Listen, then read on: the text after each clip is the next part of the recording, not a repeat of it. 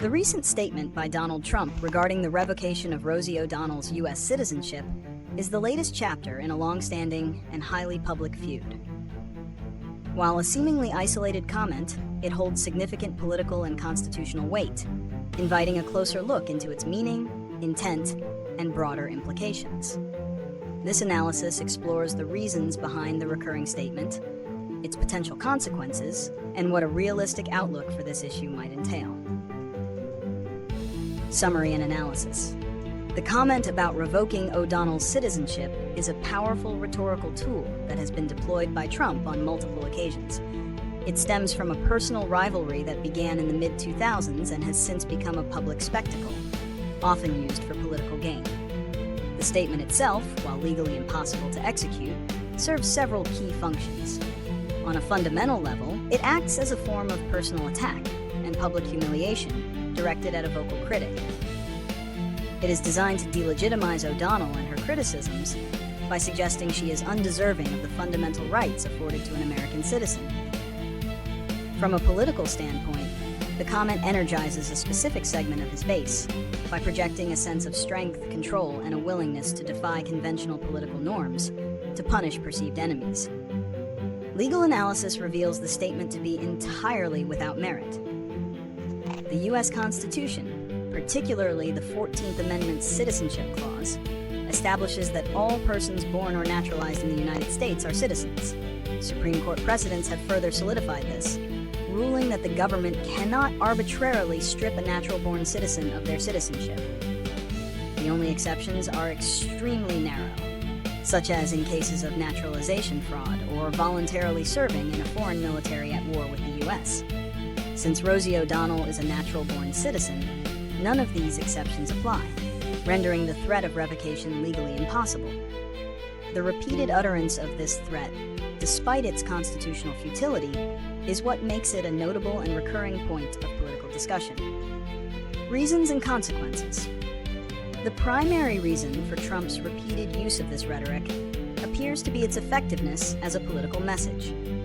It allows him to tap into a populist sentiment that views political opponents as enemies of the state, suggesting that a strong leader should have the power to deal with them decisively. It's a form of political theater that plays to the emotions of his supporters, who interpret the comment as a display of strength rather than an actual policy proposal. The statement also serves to distract from other issues, shifting media attention to the personal conflict and away from more substantive policy debates. The consequences of such rhetoric are significant and far-reaching.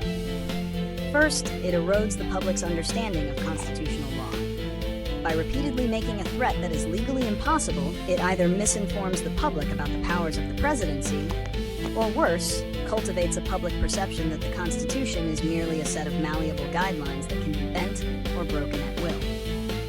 This undermines the rule of law and the stability of democratic institutions. Second, it normalizes the idea of using the government's power for political retribution. When a public figure suggests that citizenship, a cornerstone of identity and rights, can be used as a weapon against a political opponent, it sends a dangerous message about the fragility of civil liberties. This could have a chilling effect on political dissent and free speech, as individuals might fear retribution for speaking out against those in power. Prediction and solutions. It is highly likely that this particular issue will remain confined to the realm of political rhetoric. There will be no actual legal or constitutional challenge to Rosie O'Donnell's citizenship, as any such attempt would be swiftly dismissed by the courts. The comment will continue to be a tool used to generate headlines, rally a base, and attack a well-known adversary. It is a predictable part of a well-established political strategy and is unlikely to evolve into a genuine legal battle. While there is no single solution to a political statement, addressing the underlying issues requires a multifaceted approach. Public education on constitutional principles is paramount. Explaining in clear, accessible terms why such a threat is legally baseless can help to inoculate the public against this form of misinformation. Journalists and media outlets have a responsibility to not only report the statement, but also to provide the necessary legal context immediately, preventing the mischaracterization from gaining traction. Furthermore, fostering a political culture that values respectful discourse over personal attacks is crucial, though this is a long-term societal challenge.